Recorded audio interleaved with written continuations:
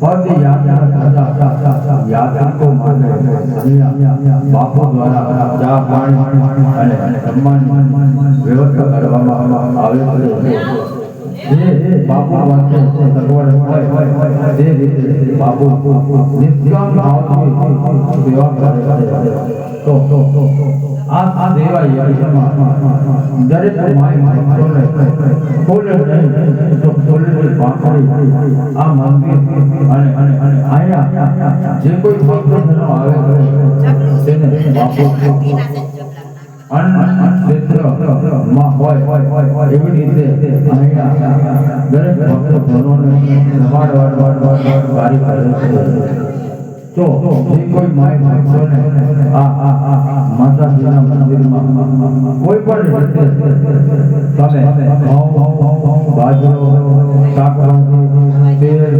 અથવા કરિયાણાને કોઈ પણ વસ્તુની મદદ કરી શકો અને કોઈ પણ પદ યાત્રિકો માટે સેવા યજ્ઞમાં જોડાઈ